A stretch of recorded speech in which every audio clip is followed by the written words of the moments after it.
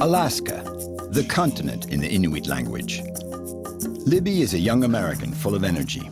After her studies, she decided to come back to live in Homer, where she was born, to be as close as possible to the mountains and to the sea, her two passions. The myth of Alaska is what brought Lionel here. This French globetrotter became a guide in the Katmai region, land of grizzlies, a virgin land with the largest population of brown bears in the world. Farther north, the roof of America with Danielle. This lady belongs to the Club of Bush Pilots, a very select group.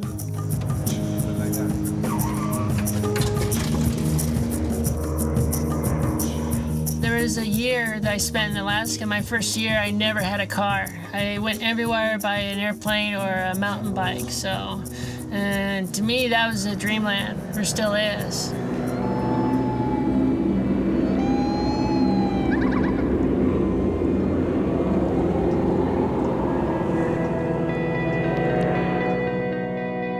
The Kenai Peninsula in southern Alaska is a land of volcanoes, endless forests and fjords, a land sculpted by the sea and glaciers. Living here means accepting nature's implacable law: cold, snow, winters that are 7 months long, rain, mud, mosquitoes in the summer, and Libby loves it all. For her, returning to the land where she was born was the obvious thing to do. This land has gotten under her skin, tattooed even, on her ankle. 8 stars, the emblem of Alaska. After I finished university, it was a pretty easy decision to come back to Alaska. It's just a wild, open place where there's still a lot of room to breathe, and you can be far away from all the hassles of traffic and shopping malls and cars and just too many people, and you can get away to where life really is, which is in the mountains and in the forests, just natural wonders.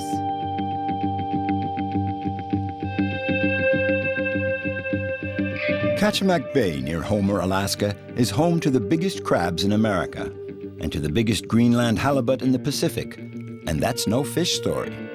So fishermen flock here to enjoy miraculous fishing at least once in their lifetimes.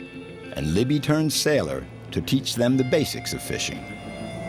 Generally, I run a wilderness backpacking school for children, but sometimes I fill in on the charter boat just because it's fun and there's good money in it. And I like being out on the water. I think it's really fun, and it's always a pleasure. So. Listen up. I'm gonna teach you how to fish. In case you've forgotten, my name's Libby. Chet's the other deckhand. Libby has her sea legs on, which can't be said for everyone on board the boat. In this region of the far north, you have to know how to adapt. People living here hold down several different jobs at a time. Libby is an English teacher in the winter. In summer, she's a mountain guide and a fishing guide. And she's just as at home on a boat, up to her elbows in fish, as she is in a classroom teaching English literature. A lot of young people come back after going to university. They come back to Homer to work on the charter boats in the summertime.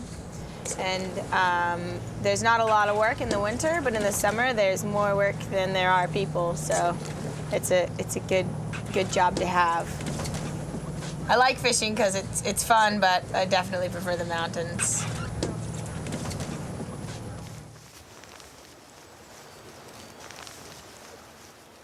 At Libby's place, there's no running water, just a little cistern to collect rainwater that has to be boiled. As for the toilet, it's outside, summer and winter. Her farm, constructed by early 20th century immigrants, has a long history. The house was built on land granted to pioneers to grow food for the early gold hunters seeking their fortunes in Alaska. This little house has been home to a good many dreams. It's the oldest farm in the region, and now it's home to Libby's dreams. Yeah. Avon is the grandson of pioneers from Switzerland, farmers who came in the 1930s. He also has decided to stay in Alaska. Like Libby, the mountains are in his blood. In Alaska, I feel like there is towns and the wilderness goes out. Everywhere else in the lower 48, I feel like the wilderness is always surrounded by the towns, and so people go from the towns into the wilderness. But in Alaska, because it's so big still, the towns are very small and we go out, and so it's the further you go, the more danger and just the more adventure and the more opportunities there are to see things that have never been seen and to go places where no one has ever been. So I like Alaska for that reason a lot.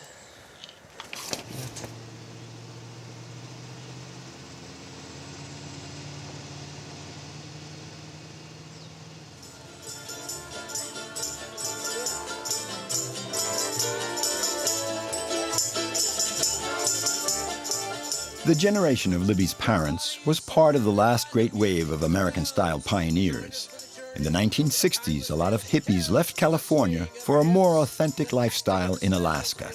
They all found their promised land and the space in which to be free.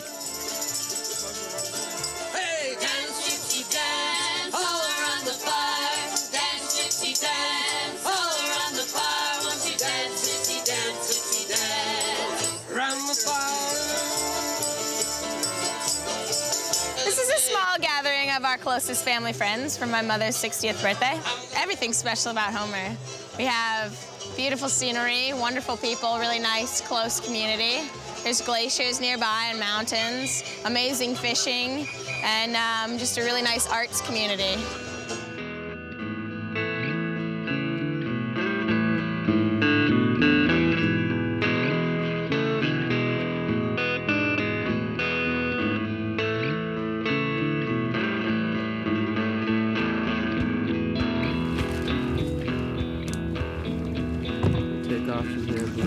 Libby and Avon have just opened a new climbing route on one of the mountaintops across the bay.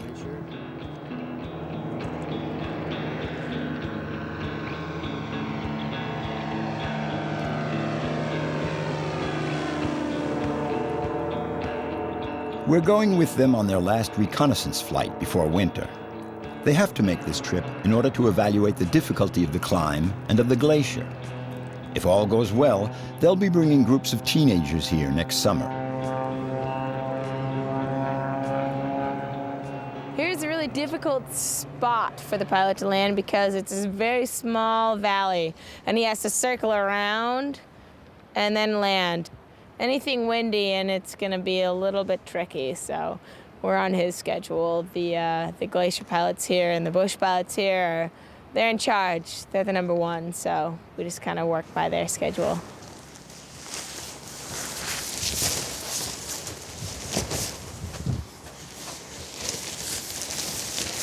There are a few things that I love more than being away from everyone else. I'm a very solo person. And when I'm out here in the wilderness, that's where I really feel at peace. Because there's nobody to tell me what to do. There's nothing to distract me from myself or from the world around me, and I can really focus on what's most important to me, which is enjoying life. One place for sleeping, another for eating. One has to take all possible precautions to avoid unpleasant surprises. Bears are everywhere in these mountains. We tried to put everything away so that bears don't come around and can get into our camp. You can set up I do my fire like my grandfather taught me to do my fire.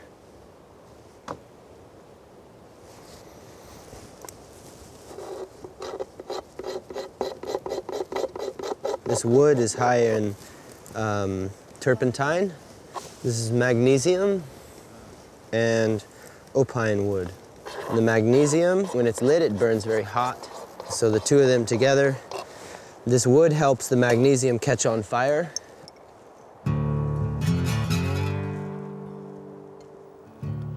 A few meters from the glacier, the temperature hardly goes above 5 degrees Celsius. And this is summer. We're lucky. But we can't sit around the campfire for very long. In a few hours, we attack the glacier.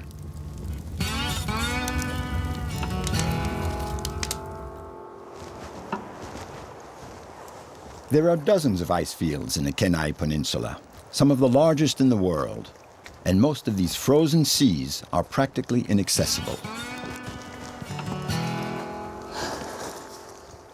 This morning, the elements are against us. On the other side of the Pacific, thousands of kilometers away, a typhoon is starting to blow. We can feel it even here, and the mountain amplifies its effect.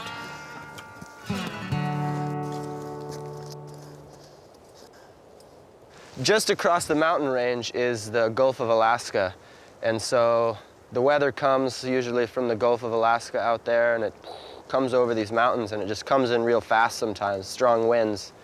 And because the glacier is very cold, it creates winds all on its own too that come and rush down the glacier sometimes. So those are some weather concerns we have to think about.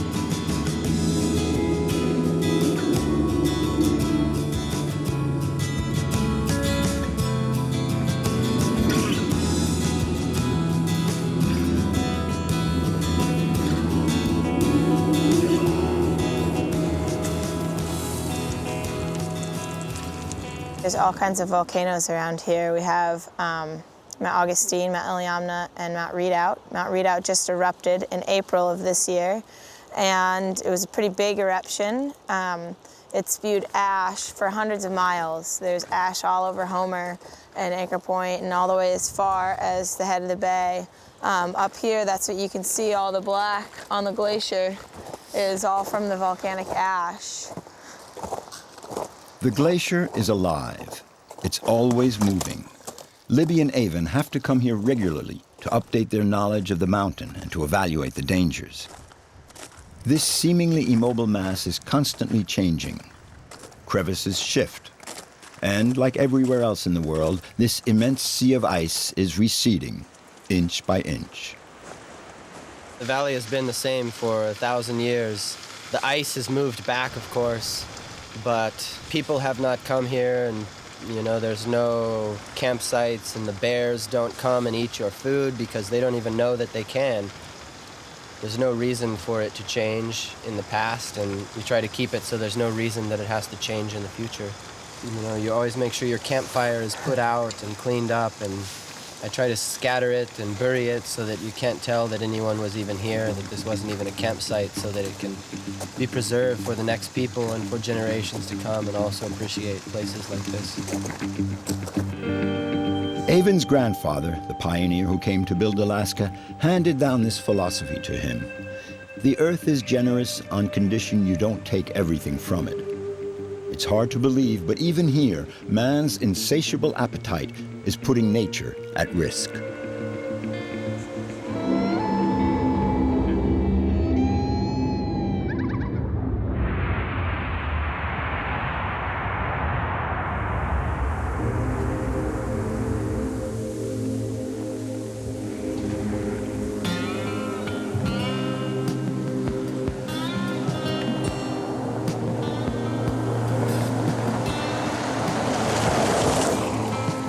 From the Paris suburbs to the vast stretches of Alaska, there are many worlds to cross. Lionel has seen them all, urged on by his yearning for adventure. I came to Alaska 30 years ago, so I've been here for 30 years. At first, it was so I could make money to continue traveling, and I ended up staying. I was taken in by Alaska, captivated by the nature. In the beginning, I traveled around all over, by plane, by snow scooter, and then I wanted to share it all with other people, so after having worked as a baker and in restaurants, I felt like doing something a little closer to nature. I sold all my businesses and started working as a guide. The seaplane is the only way of getting to where we're going. Lionel is a nature guide, and his specialty is brown bears, the grizzlies that are the pride of the Alaskan people. Okay, seatbelts on, everybody? Seatbelts? Yeah.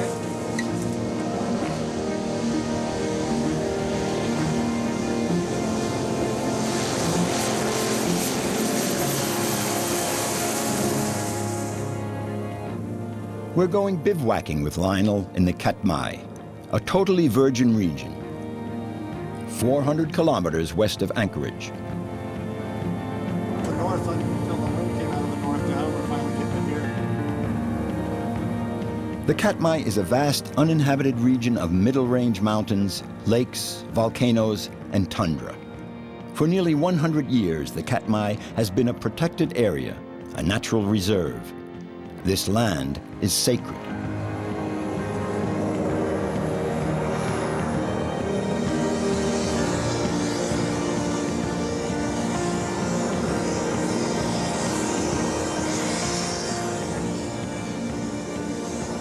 Two or three times a year, Lionel sets up camp as near as possible to the bears. This time round, he's here with a team of animal photographers from Europe.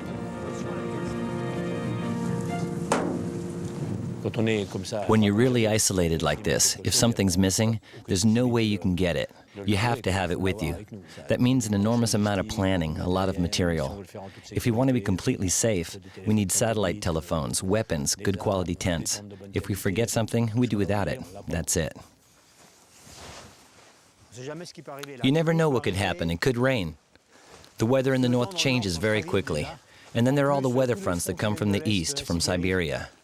There isn't a weather station every 20 kilometers here, so they have to rely solely on the satellite image, and sometimes that changes rapidly.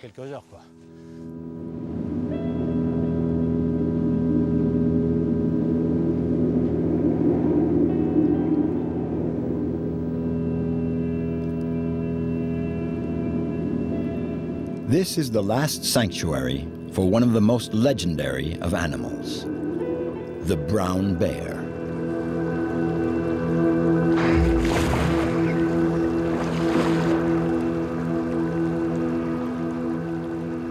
Nearly 3,000 of them have been counted in the Katmai region. Nowhere else on the planet is there such a concentration. You always want to stay with them a little longer. Really, these animals are so mysterious and captivating, close to us. It's like our childhood teddy bear come alive. At the end of the summer, the bears gobble down quantities of Pacific salmon. They can catch up to 80 a day. Every year at the same time, after an incredible journey, hundreds of thousands of salmon come to lay their eggs and then die in the rivers of Alaska, in the exact same spot where they had been born several years earlier. Yeah, that's perfect. And the bears also come back to the same fishing holes from one year to the next.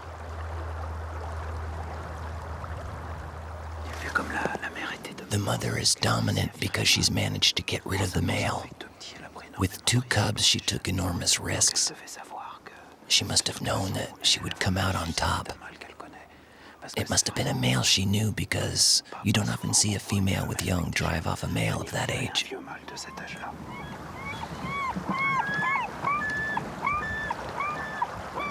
The grizzly and the polar bear are the largest carnivores on Earth. The male grizzly can measure 2 meters 50, weigh 300 kilos, and charge at 50 kilometers an hour. It's always really impressive to see just how fast these huge hulks can move, to see the speed at which they run, because they're really huge creatures.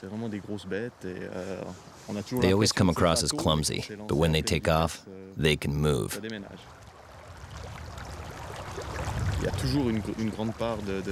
There's always a good deal of, I'd say, of wonder involved when you see grizzlies so close. Because, well, they're mythical animals. This is the end of the road for these bright red salmon. They're living their final hours. They're exhausted, and so they're easy prey. And that works out well because the bears have only a few weeks left to feast on them. This is their last big feed before they return to their lairs for the winter. But a Pacific salmon, however tired it is, won't go down without a fight.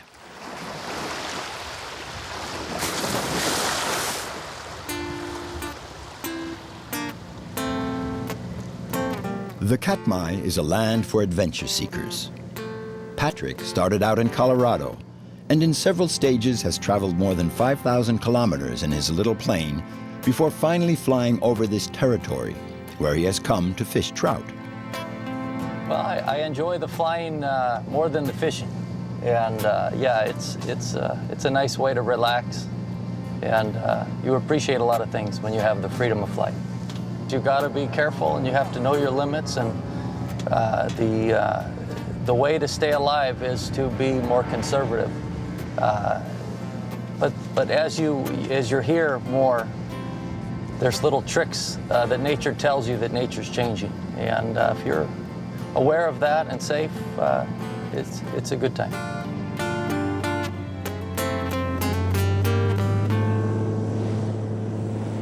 A farmer in Colorado, Patrick is a wide-open space addict. He loves Alaska and comes up to pitch his tent here several times a year.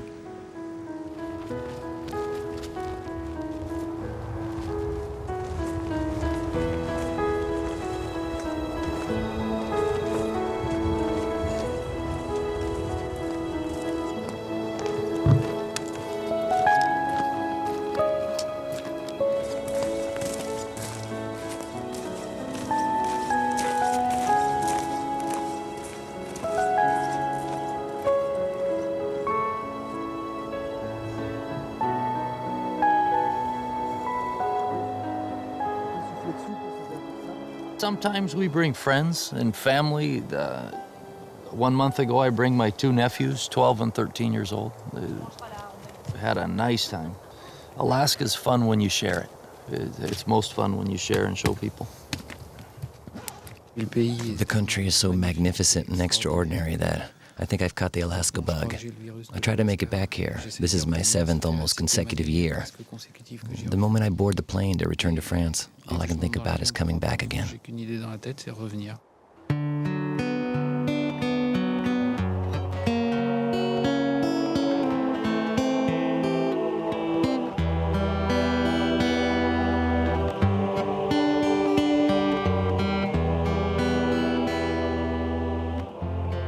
You know, I feel very, very, very fortunate. I feel honored, and I feel blessed, and I feel, I don't know, something about Alaska. You can't explain it. This river right here might be the best rainbow river in the world, and to be here first, all by myself, it doesn't happen too often. The Katmai is Alaska's horn of plenty.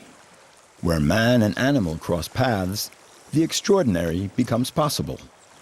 It's the last frontier, the last place without a lot of rules, the last place with no people, you know, the last place that you can die in 2 weeks, they still don't know you're gone, you know. There's still a sense of adventure for Alaska, for most people. Fishing in this wild land is exclusively for pleasure. Catch and release only. It's a question of philosophy.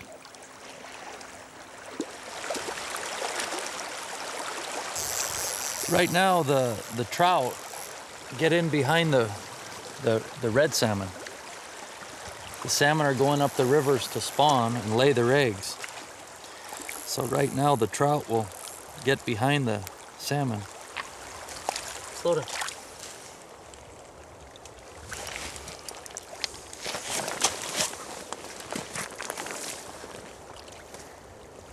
Yesterday I was here, I left camp at 5:30 and I got back at 4, you know, so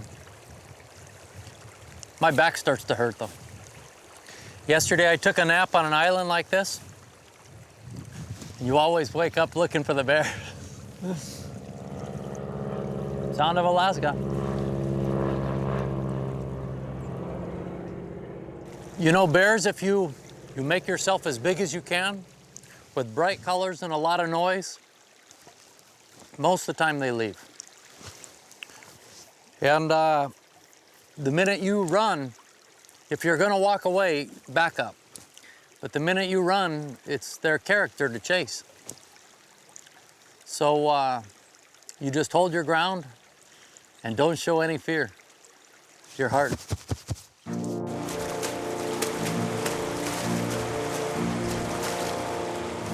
This land is a magnet, in spite of the danger. Setting foot here is like delving as deeply as possible into yourself. It's an unforgettable apprenticeship of freedom. It's a return to the roots. Alaska is home to more than 70% of North America's brown bears. They are the pride and joy of Alaskans, who are even ready to accept a slowdown in economic development in order to protect this majestic animal. This has been happening in the Katmai for almost 100 years. Elsewhere, the bears were hunted and have almost disappeared.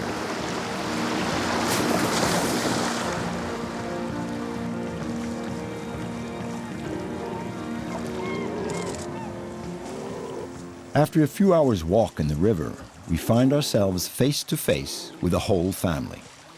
This is the magical moment of the encounter, right in the middle of a feast.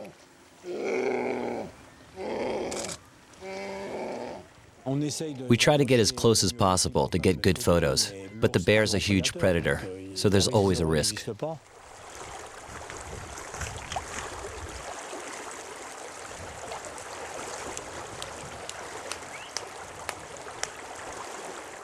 The rule is to not get closer than 50 meters to a bear, but sometimes they're all over the place. And if you back away from one, you find yourself closer to another bear.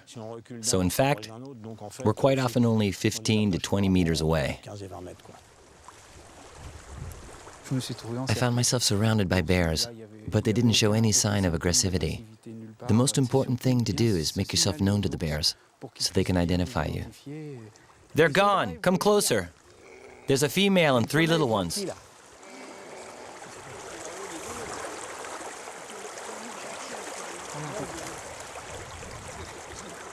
The bear is an extremely solitary animal, changing its behavior during the feeding season when food is abundant. It becomes more tolerant of humans and even more tolerant of other bears. We take advantage of this, because when you're as close as we are now, it's not a common situation. If there weren't salmon all over the place, it'd be impossible. In a few weeks, at the end of the spawning season, the red salmon will be gone from the rivers of Alaska, and the bears will be looking out for another source of food to satisfy their voracious appetites before going into hibernation. That's the sign for Lionel to leave. He'll have to wait another year before once again he will be able to approach these impressive predators. Suddenly, a freezing east wind starts blowing over the Katmai like a warning. There's no fighting it, it's time to go. We are only tolerated visitors in the land of the bear.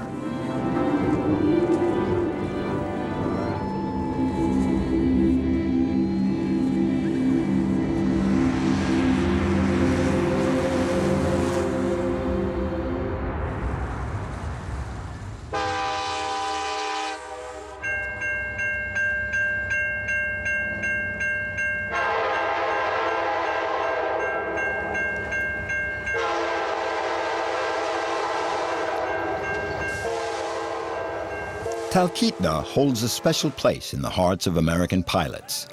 It is here at the foot of Mount McKinley, the highest peak in North America, that the most important moments in the history of Alaskan aviation took place.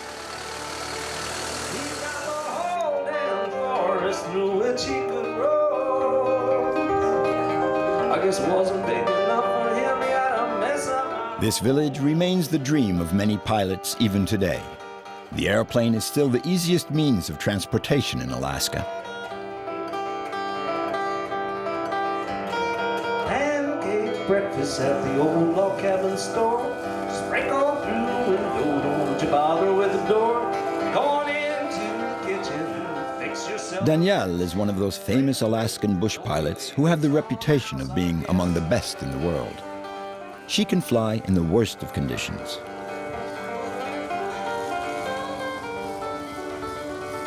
I flew up here in my airplane 9 years ago on a quick trip with some friends. Just decided to go on a long cross-country trip, and then I landed here and just saw all these airplanes on skis just taking off. It was overcast, but they were still getting to the mountain. Never saw McKinley, but just knew they were going up someplace and landing on a mountain with skis, and just was, yeah. I liked the town. There was good music in town, and just, I don't know, it just felt like a cool place. I can leave here and go fly up into the mountains, go hiking, go around a corner, run into a grizzly bear, and so you kind of feel like you're not living a protected life. It feels alive. About 80% of the state doesn't have any roads to it, so airplanes are the normal day-to-day travel. At one point, about 80% of the people that lived in Alaska had a pilot's license. And about 50% of the people had airplanes. So some people learned to fly, not because they loved it, but because they needed to get to their house or cabin. In winter, the extreme cold brings everything to a halt. Come spring, Danielle gets more and more missions. She drops climbers off at Mount McKinley's base camp.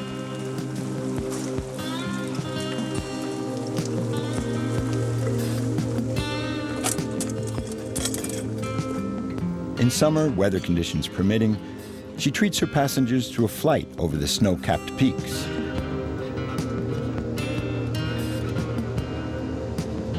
Oh, we're flying up to the mountain.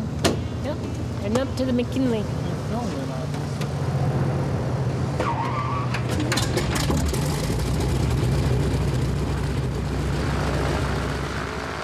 The plane is the local taxi. It's the bicycle, too. It's a bus, and sometimes it's even a pickup truck. Flying from morning to night, that's why Danielle left the boondocks of Colorado to come live here.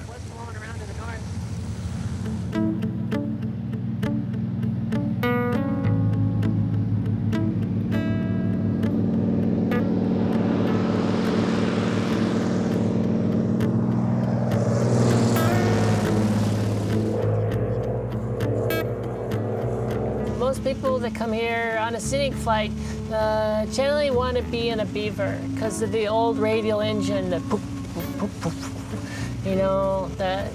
It's a classic. It's like the Harley Davidson of airplanes, for sure.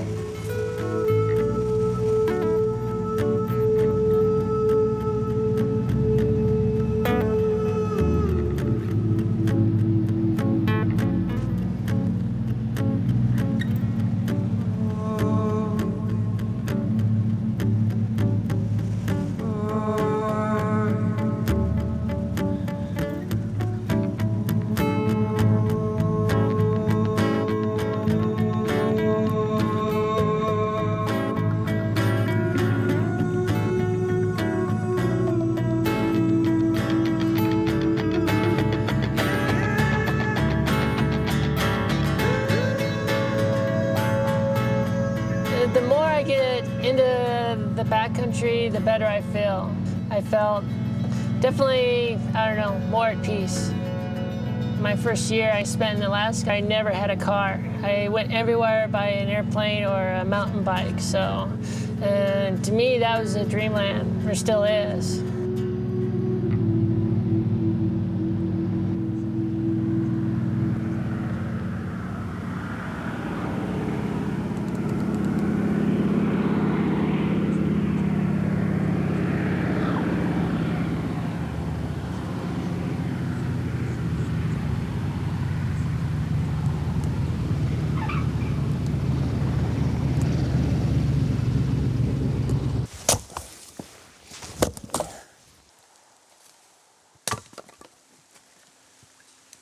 It's common not to have electricity for maybe 2 days, 3 days in the winter.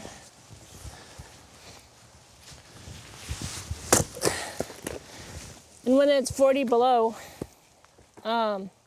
everything will freeze after 1 day.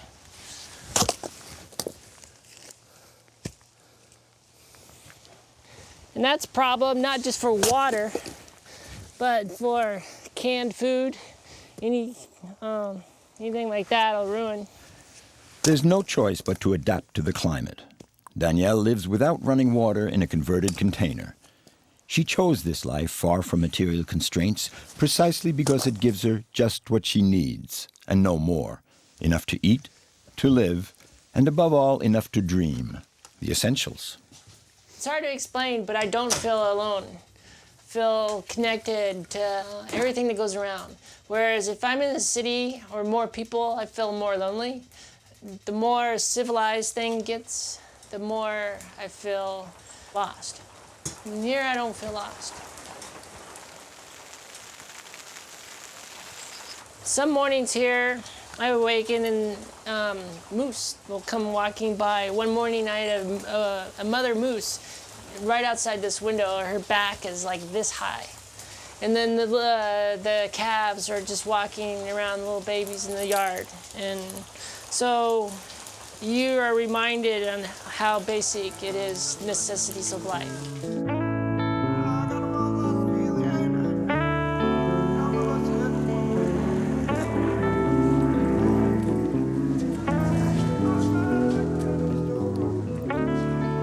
Skis for landing on mountains, bog wheels for the tundra.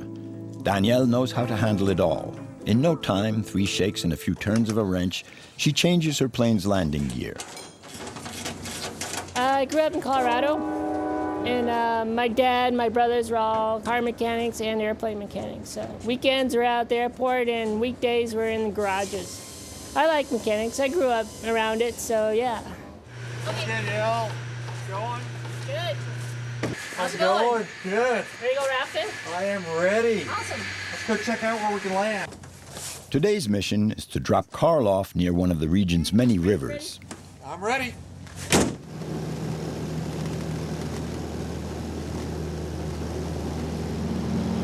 In less than an hour, Carl, an adventure hunter, will be out in the bush.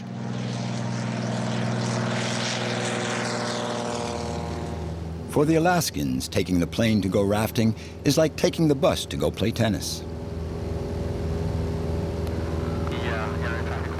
Even though they stopped making them 40 years ago, the Beaver remains the favorite plane of the Alaskan bush pilots. They're passed on from one owner to the next like collector's items. Though it's not extremely fast, it can carry a very large load. It was designed to land anywhere at relatively low speed. It's the perfect bush plane. This Beaver, it has a history with some of its accidents it's had, but probably the most famous is there was a murder that occurred in it. The owner had it on floats and landed in a river where his cabin was, and then he left the airplane tied up, went to his cabin, and then the following day or so when he came back to his airplane, someone had rigged a shotgun on the door, and he disconnected the airplane from the shore, then pushed off and opened up the door and got shot right in the chest from the shotgun. So the airplane was drifting down the river, and it took him a while to actually find the owner.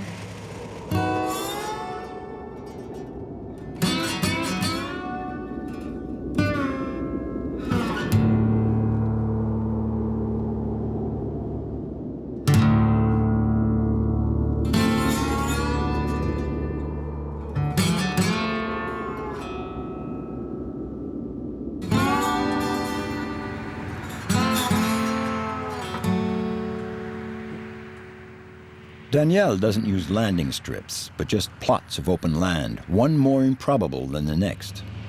She flies over once to check it out, and 2 minutes later, the plane is on the ground.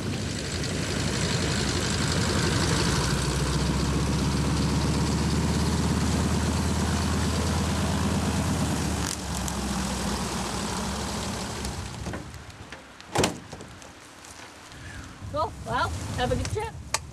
Okay, Yeah. thanks, Danielle. Bye-bye. Have a safe flight back. Yep.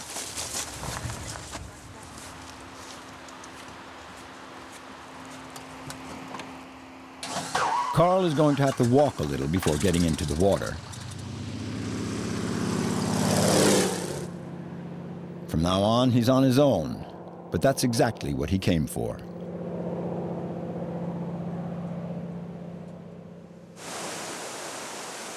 If there's a problem, he'll have to work it out for himself. Those who don't follow the rules of the game can end up paying for it with their lives. It's been raining for days now, on and off, and it rained hard last night, and the water is still coming up a little bit. And then this morning we've had rain and sun and different things. But you know what they say in Alaska? If you don't like the weather, wait 5 minutes or move 5 miles. That's Alaska. No guarantees.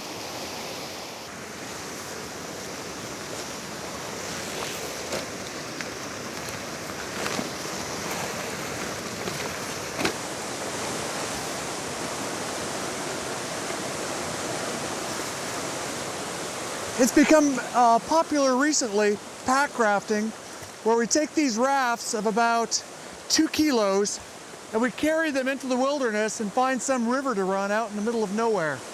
And you can take the raft out, you can blow it up, run a river, and then take out at another point, climb another mountain, go to another river, and it just allows you to look at a map in a whole new way. In Alaska, there's a lot of things that can be dangerous. You just really have to pay attention. You've got to be prepared in many ways. In my life jacket, I carry waterproof matches, I carry a signal mirror, I carry energy bars, I carry an emergency blanket, I carry the bare minimum survival tools to survive in case I just lose my boat or something worse. We're ready. Most mountain rivers in Alaska are inaccessible. Going down them can take several days, and everyone knows it's a tough place. Even in summer, the temperature of the water rarely gets above 8 degrees Celsius.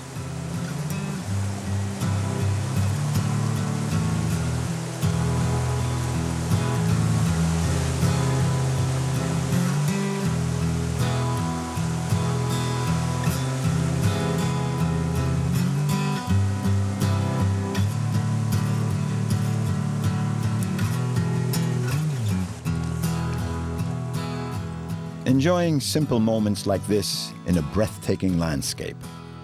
That's the lifestyle that many have chosen in Alaska.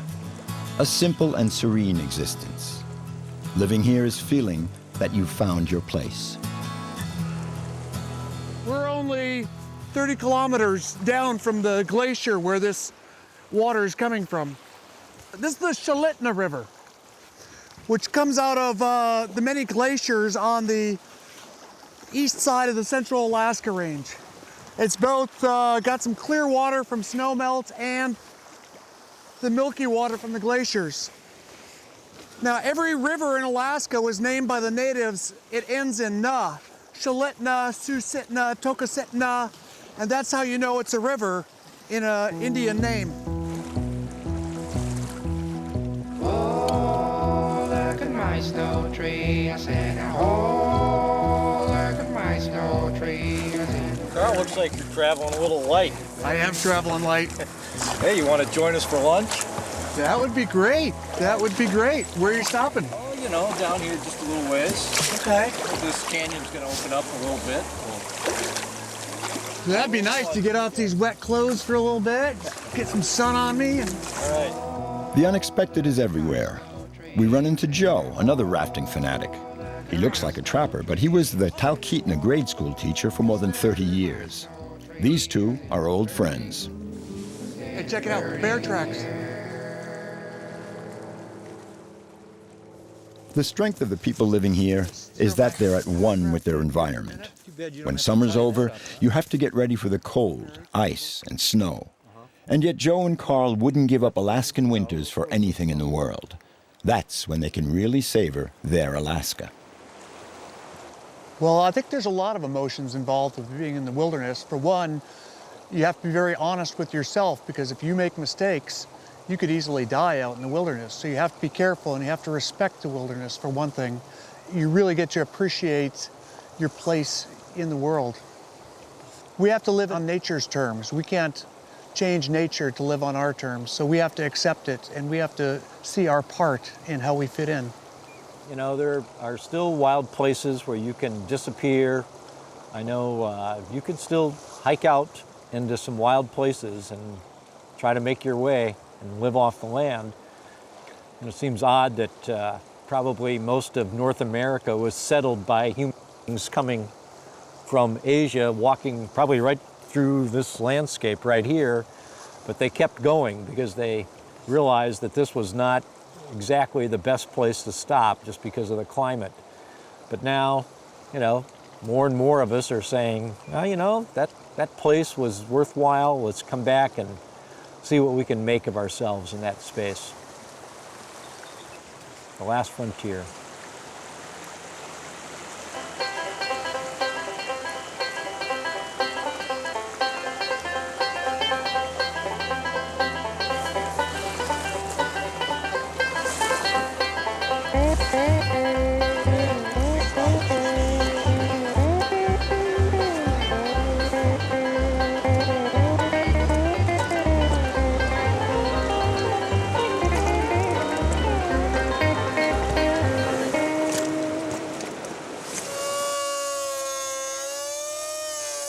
This is the dream of everyone living in Alaska.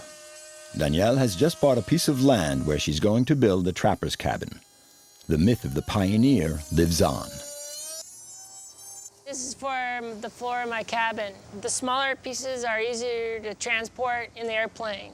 Long pieces are difficult. I can transport some, but then the smaller pieces can go inside the airplane. Danielle has chosen to build her dream house on an inaccessible hillside. It's a good place. That's the fun of it, is that it is a challenge.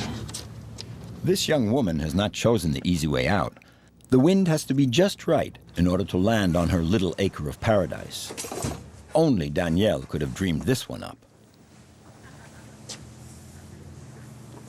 I need the wind to blow in the right direction in order to land. Either it needs to be really calm or the wind has to be from the right direction. So it can be small windows of opportunity to land there. Her own plane is a 1956 canvas-built Piper that looks like something straight out of a cartoon strip.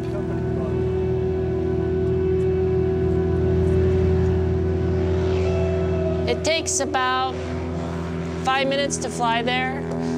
You cannot drive. It takes about 8 hours to hike there. Maybe 10. I never hiked.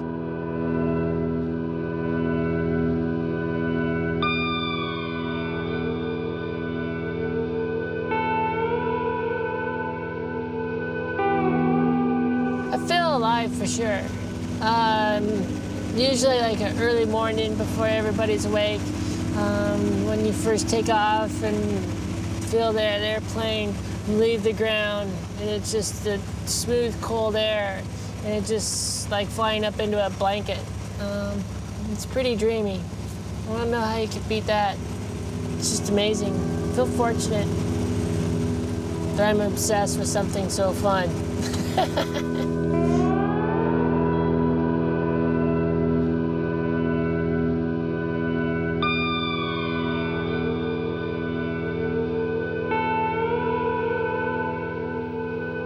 Within a few years, Danielle became a reputable bush pilot.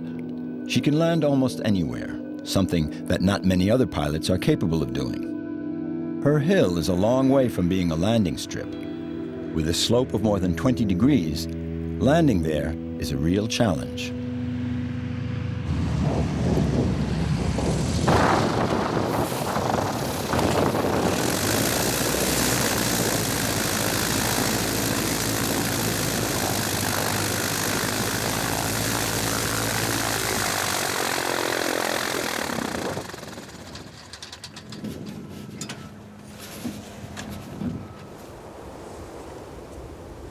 Danielle's plot of land is unique. With a stunning view of Mount McKinley, it's worthy of her dream. Choose this area because it looks over the entire valley. And yeah, most of the time is down in the forest or in the canopy. So it's nice to have a place to go to where you see over the entire valley. Yeah, it's a perch.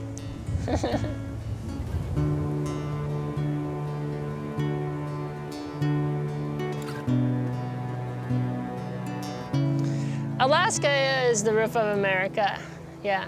And then this is an awesome roof of the Susitna Valley, yep. Home you say, home you say, home you say.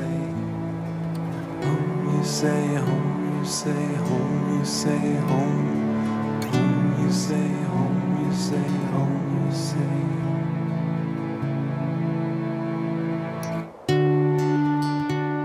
The kingdom of extremes, Alaska, land of pioneers in the gold rush, carries on and on, nourishing our dreams. That's why so many men and women on a quest end up here. In the end, perhaps the true gold of Alaska is freedom.